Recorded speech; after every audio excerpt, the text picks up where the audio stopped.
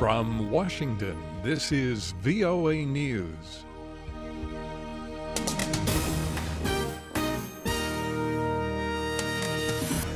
I'm David Forrest reporting aid is flowing to Nepal as authorities there are carrying out a mass cremation of earthquake victims.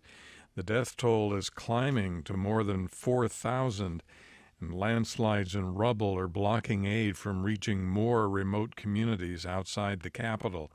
Anjana Pasricha reports rescue teams are scrambling to reach those who are in need. More than 48 hours after the magnitude 7.8 earthquake shook Nepal, distraught people prayed and waited to get some news of their loved ones as rescuers used everything from pickaxes to bare hands to sift the rubble.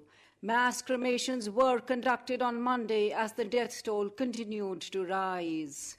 Relief efforts slowly picked up pace after the killer quake and powerful aftershocks left tens of thousands homeless.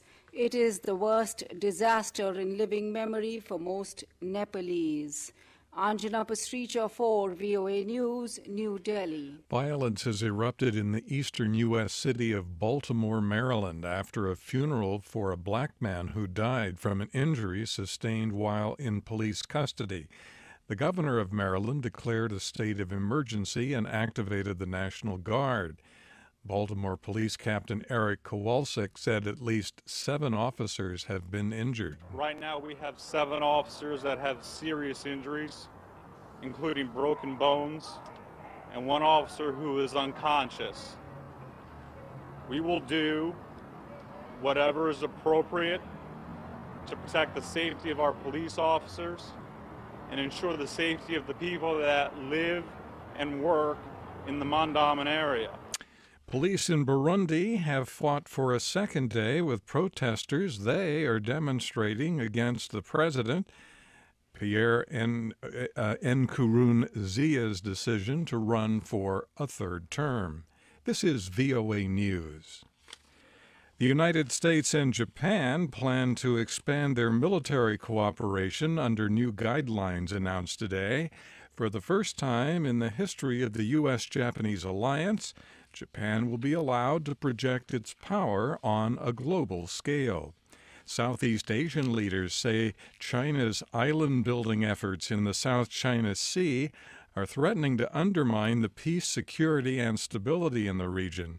A statement issued at the end of the summit of the American Association of Southeast Asian Nations in Malaysia notes serious concerns about Chinese land reclamation in the sea. A Chinese spokesman says the construction is being done within Chinese territory. Libyan officials say militants have killed 5 TV journalists who have been missing for 8 months. The 5 had their throats slashed. They were found near the city of Baida on Monday. No one has claimed responsibility. Afghanistan's president was forced to briefly delay his trip to India after hundreds of Taliban forces attacked police and army checkposts in northern Kunduz province Monday. Ayaz Gul has more. Fighting has been raging in the northern border province of Kunduz since Friday, when the Taliban launched its annual spring offensive across Afghanistan.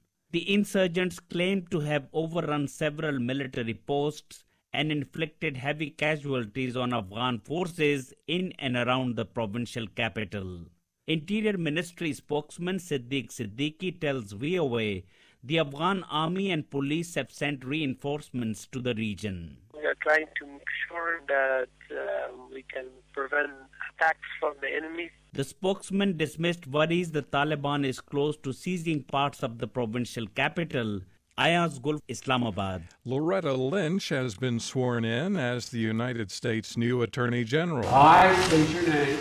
I, Loretta Elizabeth Lynch, Do solemnly swear. Vice President Joe Biden led the ceremony at the Justice Department to make Lynch the nation's top law enforcement official. She is the first black woman to serve as Attorney General. The trial of accused Colorado movie theater killer James Holmes began Monday. The defense is expected to argue that Holmes was insane when he opened fire on an audience in 2012. 12 people were killed in that incident, 70 wounded. Sudan's President Omar al-Bashir has officially won another term in office with 94% of the vote. Election officials Monday announced the results of the recent election. The Obama administration is defending the terms of its tentative nuclear agreement with Iran. U.S. Undersecretary of State for Political Affairs Wendy Sherman told a Jewish group that the pact would include the most extensive monitoring the United States has ever negotiated with any country. Today on Wall Street, U.S. stock indexes were down at the close of trade. In Washington, I'm David Forrest. That's the latest world news from VOA.